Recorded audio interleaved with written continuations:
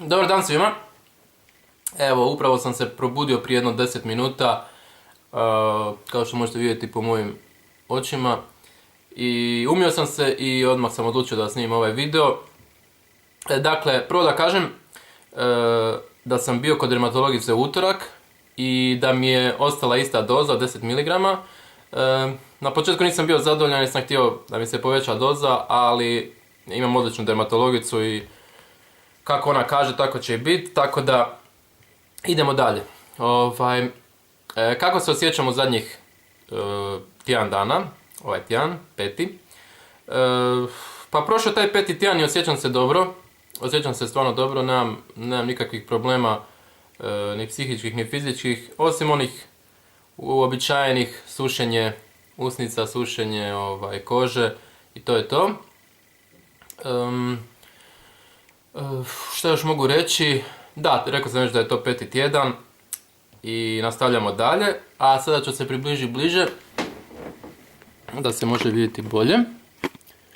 Dakle, crvenilo je kao i uvijek problem, kao što možete vidjeti. Ovdje sam imao jedan veliki i bio je jedan jako veliki i nisam ga namjerno htio dirati. I jedno jutro sam se probudio, išao sam se umiti, pukao je sam i počelo je curiti van i onda sam rekao ajde kad već je, onda sam ga istisnuo do kraja. Ovdje imam jedan manji. Crvenilo je prisutno kao što vidite uvijek. Sušenje usnica. Crvenilo i na ovoj desnoj strani, čak je i desna strana malo gora od lijeve.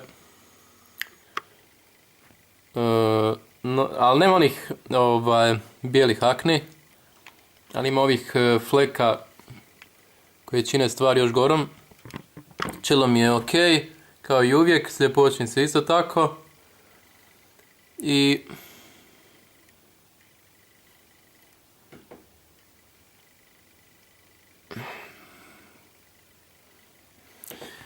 eto, to je to, da odzoomiram, tako. Nastavljamo dalje, dakle prošao je sad peti tjedan, idemo sad u šesti, tako da se vidimo za tjedan dana, do tad pozdrav.